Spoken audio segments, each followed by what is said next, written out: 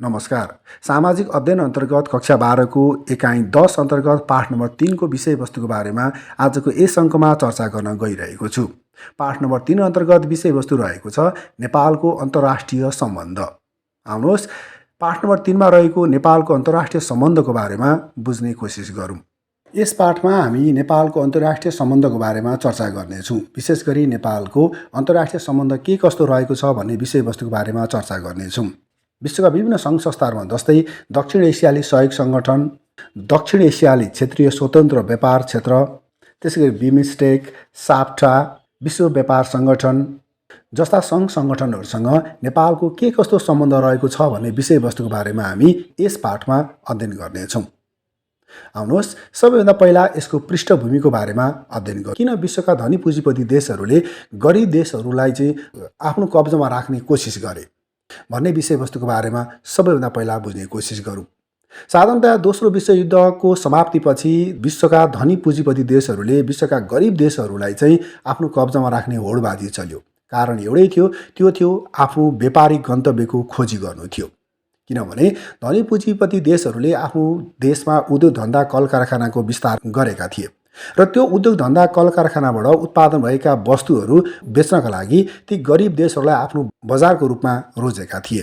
किनभने गरिब देशहरूमा त त्यसै पनि गरिबी, पछौटे र अज्ञानता रहेकाले गर्दा त्यो देशमा आर्थिक विकास गर्न सम्भव थिएन, जसले गर्दा त्यो देशमा चाहिने अत्यावश्यक वस्तुहरू ती धनी पुँजीपति देशहरूले आफ्नो देशबाट उत्पादन भएका वस्तुहरू सप्लाई गर्ने एउटा प्रमुख बजारको रूपमा ती गरिब देशहरूलाई देखेका थिए। त्यसैले ती धनी पुँजीपति देशहरूले ती गरिब देशहरूलाई आर्थिक सहयोग गर्न थाले। जसले आर्थिक सहयोग गर्छ त्यो देशप्रति सधैँभरि उत्तरदायी रहने भएकोले गर्दा त्यो देशबाट उत्पादन भएका वस्तुहरू पनि खरिद गर्न थालेको पाइन्छ र धनी पुँजीपति देशहरूले पनि गरिब देशहरूलाई सहयोग गरे जस्तो गर्ने र साथै आफ्नो देशमा उत्पादन भएका वस्तुहरू पनि ती गरिब देशहरूलाई आर्थिक सहयोग गर्दै आएको पाइन्छ।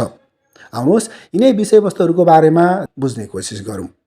साधारणतया दोस्रो विश्वयुद्धभन्दा पहिले सीमित देशहरूको बीचमा मात्र आर्थिक सहयोग, ऋण, अनुदान आदि प्रचलनमा थियो। विक्रम 2000 को दशकमा जब संसारका अधिकांश देशहरू उपनिवेशबाट मुक्त भए तब आर्थिक विकास, सम्पन्नता, उत्पादन, प्रविधि आदि युरोप, अमेरिका, जापान, रुस आदि देशहरूमा दोस्रो विश्वयुद्धभन्दा पहिले सीमित देशहरूको बीचमा मात्र आर्थिक सहयोग, ऋण, अनुदान आदि प्रचलनमा थियो।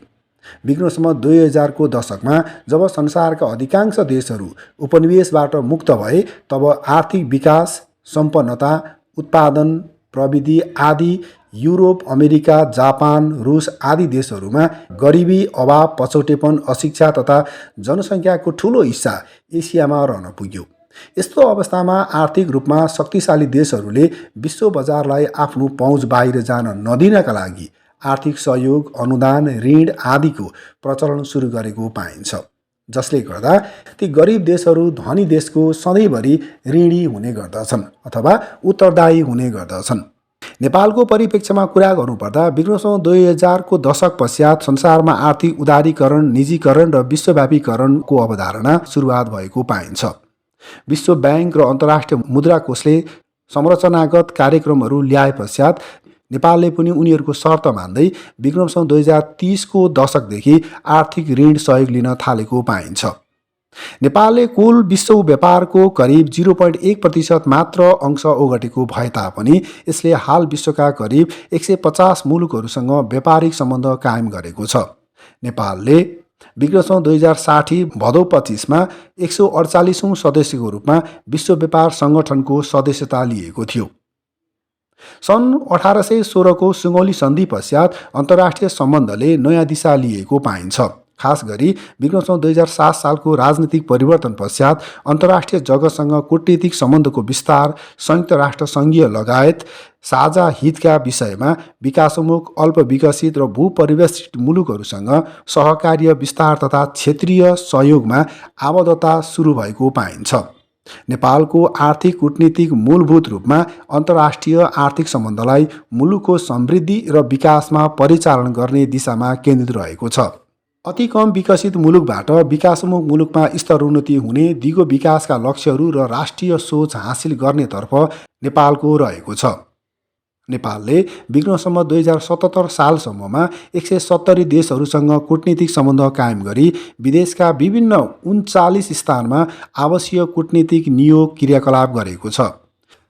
आर्थिक विकासका दृष्टिकोणले संसारका सबै राष्ट्रहरू समान छैनन्। जुन राष्ट्रहरूले उच्च आर्थिक विकास गरेका छन् तिनीहरूले इतिहासमा अन्य राष्ट्रहरूबाट आर्थिक सहयोग लिएको पाइन्छ। देशहरू आफ्नो अनुकूलका क्षेत्रीय तथा वैश्विक सङ्गठनहरूमा आबद्ध हुन थालेको पाइन्छ। संसारमा सबैभन्दा पुरानो क्षेत्रीय सहयोग सङ्गठन अमेरिकन राज्यहरूको सङ्गठन अर्गनाइजेसन अफ अमेरिकन स्टेट रहेको छ। यसको स्थापना सन् 1889 भएको थियो।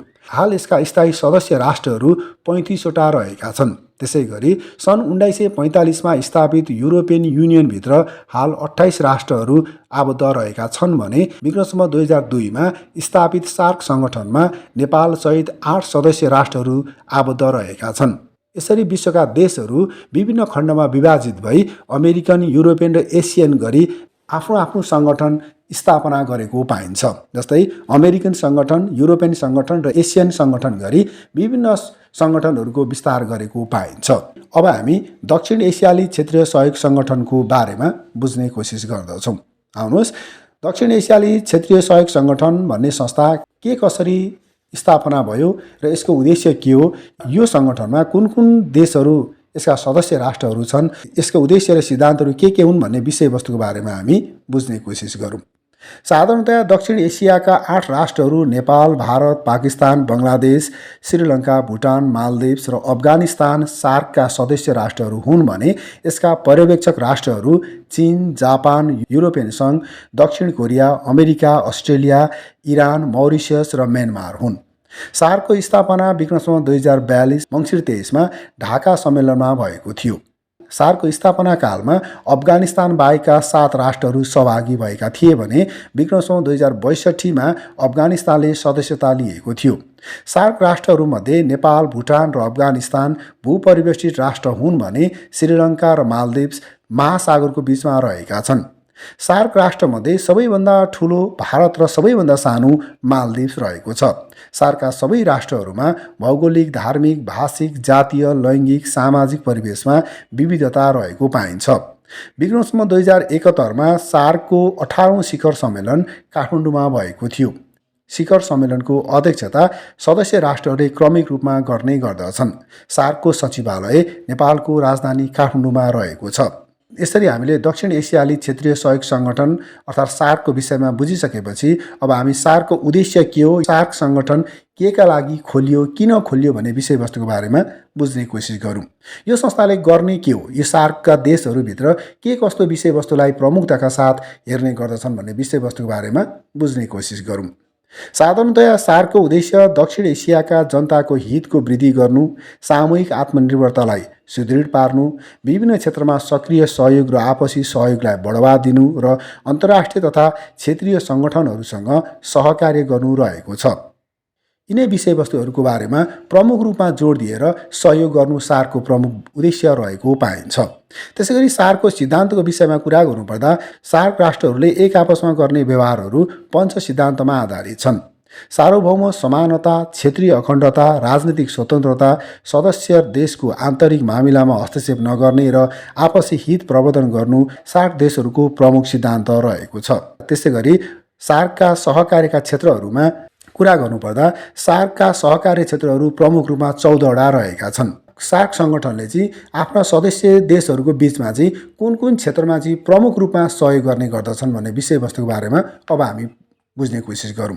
सबैभन्दा पहिला सार्क सङ्गठनले आफ्ना सदस्य राष्ट्रहरूमा रहेको विभिन्न क्षेत्रहरूको बारेमा हेर्ने गर्दछ भने प्रमुख रूपमा यसले हेर्नुपर्ने क्षेत्र 14 वटा भनी छुट्याइएको पाइन्छ। ती 14 वटा प्रमुख क्षेत्रहरूमा कृषि र ग्रामीण विकास, ऊर्जा, सूचना सञ्चार र मिडिया, लगानी प्रवर्धन, शिक्षा र संस्कृति, वातावरण, गरिबी निवारण, सामाजिक विकास, बायोटेक्नोलोजी, पर्यटन, शान्ति सुरक्षा, आर्थिक व्यापार र वित्त, विज्ञान र प्रविधि र जनसम्पर्क जस्ता क्षेत्रहरूमा सार्क सङ्गठनले प्रत्यक्ष रूपमा आफ्ना सदस्य राष्ट्रहरूमा हेर्ने गर्दछ अथवा सहयोग गर्ने गर्दछ। यसरी सार्कको कार्यक्षेत्रहरू तय गरेको पाइन्छ। यो सँगै अब हामी दक्षिण एसियाली क्षेत्रीय स्वतन्त्र व्यापार क्षेत्रको बारेमा अध्ययन गर्नेछौँ, जसलाई हामी सर्ट फर्ममा साप्टा भनेर पनि बुझ्दछौँ। साप्टा भन्नाले दक्षिण एसियाली सहयोग सङ्गठन अन्तर्गत रहेको एउटा व्यापारिक संस्था हो, जसले चाहिँ सार्क कन्ट्रीहरूको सदस्यहरूको बिचमा व्यापारिक सम्बन्धलाई विस्तार गर्ने गर्दछ अथवा व्यापारिक सम्बन्धको बारेमा हेर्ने गर्दछ। साप्टाको उद्देश्य सार्क कन्ट्रीभित्र रहेका सदस्य राष्ट्रहरू बिचमा व्यापारिक सम्बन्धलाई मजबुत बनाउनु यसको उद्देश्य रहेको छ। आउनुहोस् साप्टाको बारेमा अझ धेरै बुझ्ने कोसिस गरौँ। पाकिस्तानको राजधानी इस्लामाबादमा विक्रम 2060 पुस 20देखि 22मा सम्पन्न सार्कको 12औं शिखर सम्मेलनबाट साप्टा सम्झौता अनुमोदन भएको पाइन्छ। साप्टामा सार्कका 8 राष्ट्रहरू रहेका छन्। सार्वभौमिकता, समानता, स्वतन्त्रता र राज्यको क्षेत्रीय अखण्डताको सम्मान गर्दै सार्क मुलुकका जनताको हितका लागि यस क्षेत्रको व्यापार र विकासको सम्भाव्यतालाई अधिकतम बनाउन अन्तर सार्क क्षेत्रको आर्थिक सहयोगलाई सुदृढीकरण गर्ने प्रतिबद्धता स्वरूप साप्टा ल्याइएको हो।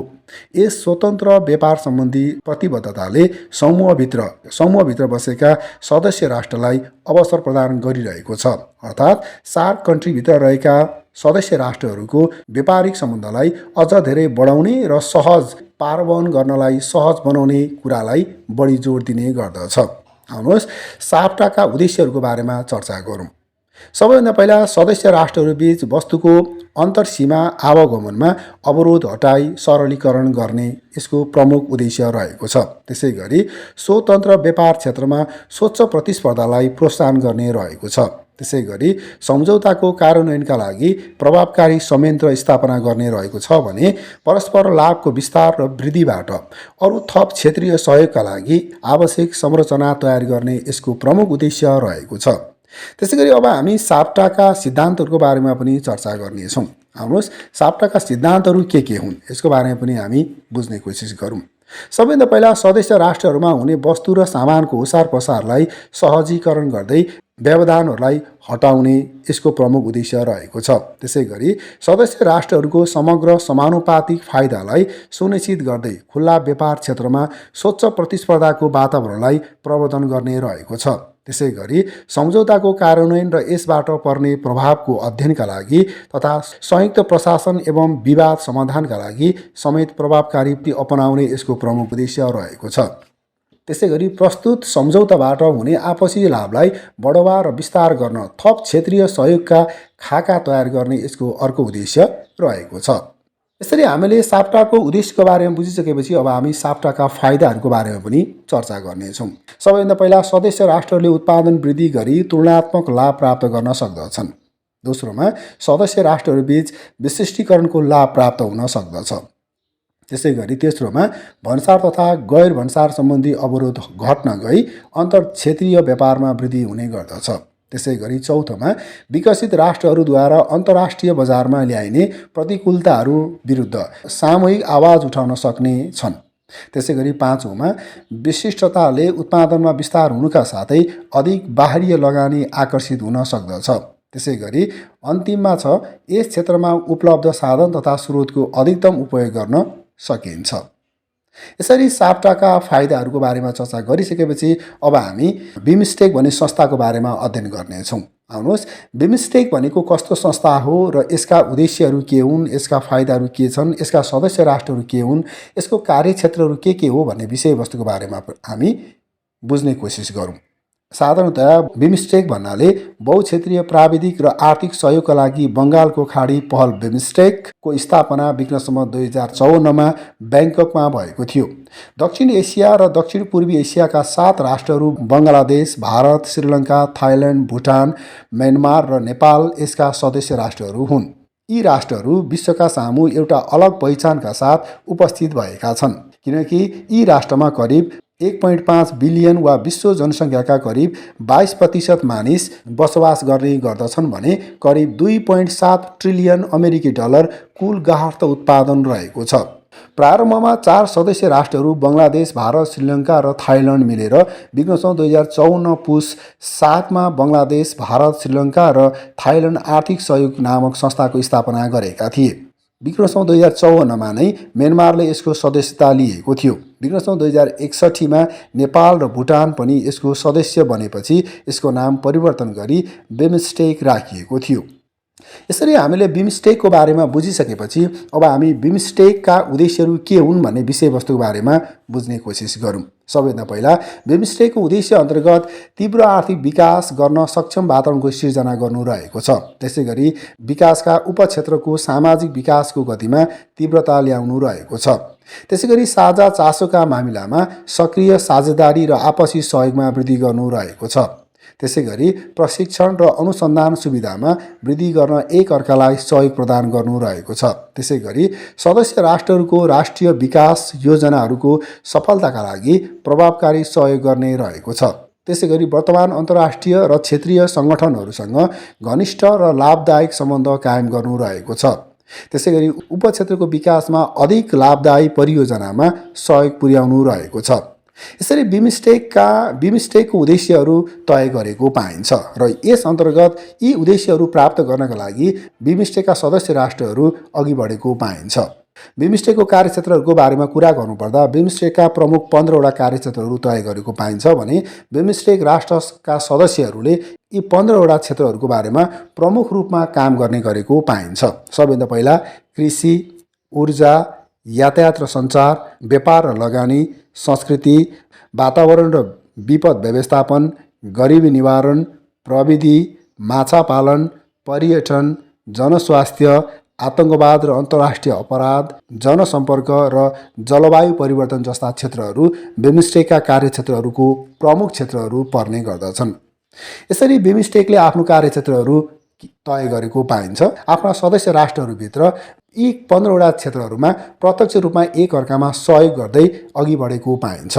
अब हामी नेपाल र बिमस्टेकको बीचमा के कस्तो सम्बन्ध रहेको छ भन्ने विषयवस्तुको बारेमा बुझ्ने कोसिस गरौँ। विक्रमसम्म 2055मा ढाकामा सम्पन्न बिमस्टेकको सम्मेलनमा नेपाललाई सुपरिवेक्षकका रूपमा आमन्त्रण गरिएको थियो। नेपालले उक्त समयमा यस सङ्गठनका गतिविधिलाई नजिकबाट बुझ्ने मौका पाएको थियो। नेपालले विक्रमसम्म 2060 माघ 25मा औपचारिक रूपमा सदस्यता प्राप्त गरेको थियो। नेपालले बिमस्टेकका सदस्यका रूपमा गरिबी निवारणका क्षेत्रमा बढी काम गरेको छ। नेपालले विक्रमसम्म 2068 माघ 1 र 2मा काठमाडौँमा गरिबी निवारण सम्बन्धी बिमस्टेक मन्त्री स्तरीय बैठकको आयोजना गरेको थियो। उक्त बैठकले गरिबी निवारण योजना पारित गरेको पाइन्छ। विक्रमसम्म 2073 माघ 25मा नेपालले बिमस्टेकका वरिष्ठ अधिकारीहरूको बैठक काठमाडौँमा आयोजना गरेको थियो। चौथो बिमस्टेक शिखर सम्मेलन विक्रमसम्म 2075 भदौ 14 र 15मा नेपालको राजधानी काठमाडौँमा सम्पन्न भएको थियो। त्यसै गरी नेपालले समय समयमा आतंकवाद नियन्त्रण, कृषिको विकास, व्यापारको विस्तार आदि विषयमा बिमस्टेक स्तरीय बैठकहरूको आयोजना गर्ने, योजना निर्माण गर्ने तथा ती योजनाहरू बैठकबाट अनुमोदन गर्ने जस्ता कार्य गर्दै आएको पाइन्छ। यसरी नेपालले बिमस्टेक राष्ट्रसँग सम्बन्ध अघि बढाएको पाइन्छ र आफ्नो सम्बन्धलाई अघि बढाउँदै आफ्नो देशमा भएका प्रमुख समस्याहरूलाई बिमस्टेक राष्ट्रहरू समक्ष पेश गर्ने गरेको पाइन्छ। यसरी हामीले बिमस्टेक भन्ने संस्थाको बारेमा बुझिसकेपछि अब हामी विश्व व्यापार सङ्गठनको बारेमा बुझ्ने कोसिस गरौँ। आउनुहोस्, विश्व व्यापार सङ्गठन भनेको के हो, यो कस्तो किसिमको संस्था हो र यसका कार्यक्षेत्रहरू के हुन्, यसका सिद्धान्तहरू के हुन्, विश्व व्यापार सङ्गठनमा हाम्रो देश नेपालको सम्पर्क के कस्तो रहेको छ भन्ने विषयवस्तुको बारेमा हामी विस्तृत रूपमा बुझ्ने कोसिस गरौँ। दोस्रो विश्वयुद्धपछि ध्वस्त भएको संरचनाको पुनर्निर्माण तथा पिछडिएका देशहरूको आर्थिक विकासका लागि विश्वका प्रमुख व्यापारिक राष्ट्रहरूले विक्रमसम्म 2003मा व्यापार र रोजगार विषयक अन्तर्राष्ट्रिय सम्मेलन सम्पन्न भयो। उक्त सम्मेलनले अन्तर्राष्ट्रिय व्यापार सङ्गठन निर्माण गर्नुपर्ने सम्बन्धमा निर्णय गर्यो। यसको प्रधान कार्यालय स्विजरल्यान्डको जेनेभामा रहेको छ। सुरुमा ग्याटका 124 सदस्य राष्ट्र रहेका थिए। हाल WTOका नेपालसहित 164 सदस्य राष्ट्रहरू रहेका छन्। मुलुकहरूबीच व्यापारिक क्षेत्रमा समान र सहुलियतपूर्ण व्यापारको बजार व्यवस्था कायम गर्ने हेतुले यसको स्थापना भएको हो। यसरी हामीले विश्व व्यापार सङ्गठनको बारेमा बुझिसकेपछि अब हामी विश्व व्यापार सङ्गठनका उद्देश्यहरूको बारेमा चर्चा गर्नेछौँ। सबैभन्दा पहिला विश्व व्यापार सङ्गठनको उद्देश्यमा जनताको जीवनस्तर अभिवृद्धि गर्ने रहेको छ। त्यसै गरी पूर्ण रोजगार तथा उच्च एवं स्थिर गतिको वास्तविक आम्दानीको परिणाममा वृद्धि ल्याउने रहेको छ। त्यसै गरी प्रभावकारी माग एवं वस्तु तथा सेवाको उत्पादन तथा बिक्री र विस्तार गर्ने रहेको छ। त्यसै गरी प्रभावकारी माग एवं वस्तु तथा सेवाको उत्पादन तथा बिक्री विस्तार गर्ने रहेको छ। त्यसै गरी दिगो विकास गर्ने लक्ष्य अनुसार विश्वमा उपलब्ध साधन र स्रोतको सर्वोत्तम प्रयोग गर्न, दिगो विकास गर्ने लक्ष्य अनुसार वातावरणको रक्षा तथा संरक्षणतर्फ विशेष ध्यान दिने रहेको छ।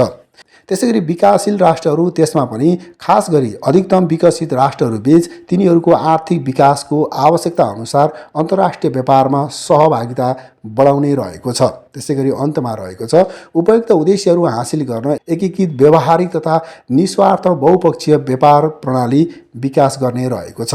यसरी हामीले विश्व व्यापार सङ्गठनको उद्देश्यको बारेमा बुझिसकेपछि अब हामी विश्व व्यापार सङ्गठनका सिद्धान्तहरूको बारेमा पनि बुझ्ने कोसिस गरौँ। विश्व व्यापार सङ्गठनका सिद्धान्तहरू यस प्रकार रहेका छन्। सबैभन्दा पहिला भेदभाव बिना अन्तर्राष्ट्रिय व्यापार गर्न पाउने, त्यसै गरी स्वच्छ प्रतिस्पर्धामा जोड दिने, त्यसै गरी असमानताको सिद्धान्तलाई अङ्गीकार गर्ने, त्यसै गरी भन्सार दरमा सीमा निर्धारण र कोटा प्रणालीको अन्त्य गर्ने रहेको छ।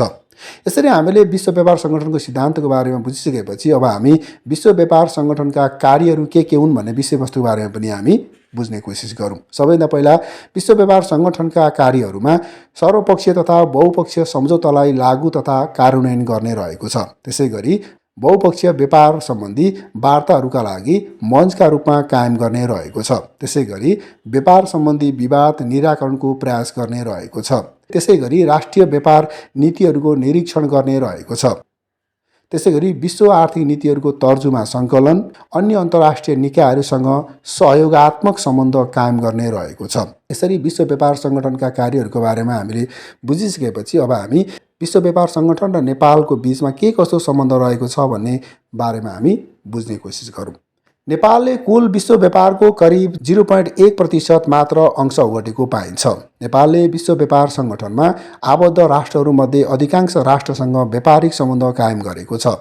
खास गरी विक्रमसम्वत 2040 को दशक पश्चात विश्वभर छाएको आर्थिक उदारीकरण, निजीकरण र भूमण्डलीकरणको प्रभावबाट नेपाल पनि अछुतो रहन सकेको पाइँदैन।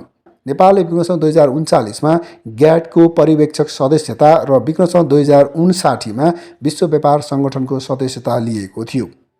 विश्व व्यापार सङ्गठनको सदस्यका रूपमा नेपाल विधिवत प्रवेश गरिसकेको छ। यस सन्दर्भमा नेपालले यसबाट फाइदा लिन सक्छ वा सक्दैन भन्ने विषयमा ठूलो बहस भएको पाइन्छ।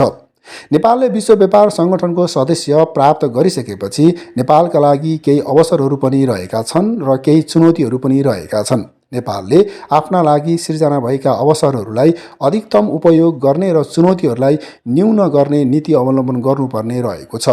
नेपालका पक्षमा देखा परेका अवसरहरू र नेपालका लागि देखा परेका चुनौतीहरूलाई हामी यसरी पनि बुझ्न सक्दछौँ। नेपाल विश्व व्यापार सङ्गठनको सदस्य भइरहँदाखेरि नेपालका लागि अवसरहरू के हुन् र चुनौतीहरू के हुन् भन्ने विषयवस्तुको बारेमा अब हामी चर्चा गर्नेछौँ। सबैभन्दा पहिला नेपाल विश्व व्यापार सङ्गठनको सदस्य भइरहँदाखेरि नेपाललाई हुने फाइदाहरूको बारेमा चर्चा गरौँ। सबैभन्दा पहिला गरिबी निवारणमा सहयोग पुग्दछ। त्यसै गरी अन्तर्राष्ट्रिय बजारको सूचनामा पहुँच पुग्दछ। त्यसै गरी खाद्य आपूर्तिमा प्राविधिक सहयोग पाउने गर्दछ। त्यसै गरी कानुनी तथा सुरक्षित अधिकार प्राप्त गर्न पाउनेछ। त्यसै गरी विदेशी लगानीकर्ताको आकर्षण बढाउन सक्नेछ। त्यसै गरी व्यापारमा विविधीकरणमा विस्तार गर्न पाउनेछ। त्यसै गरी विश्वव्यापी अनुकूल व्यापारिक वातावरणको सिर्जना गर्न पाउनेछ। यी त भए विश्व व्यापार सङ्गठनको सदस्य भइरहँदाखेरि नेपालले पाउने अवसरहरू अथवा नेपालले पाउने फाइदाहरू। अब हामी विश्व व्यापार सङ्गठनको सदस्य राष्ट्र भइरहँदाखेरि नेपालले के कस्ता चुनौतीहरूको सामना गर्नुपर्नेछ भन्ने विषयवस्तुको बारेमा सरसर्ती हेरौँ। सबैभन्दा पहिला चुनौती अन्तर्गत लागत प्रभावकारिताको कम सम्भावना रहनेछ। त्यसै गरी उच्च व्यावसायिक प्रतिस्पर्धा हुने गर्दछ। त्यसै गरी वैदेशिक निर्भरताको सम्भावना बढी हुने गर्दछ। त्यसै गरी बौद्धिक पलायनको सम्भावना अधिक हुने गर्दछ।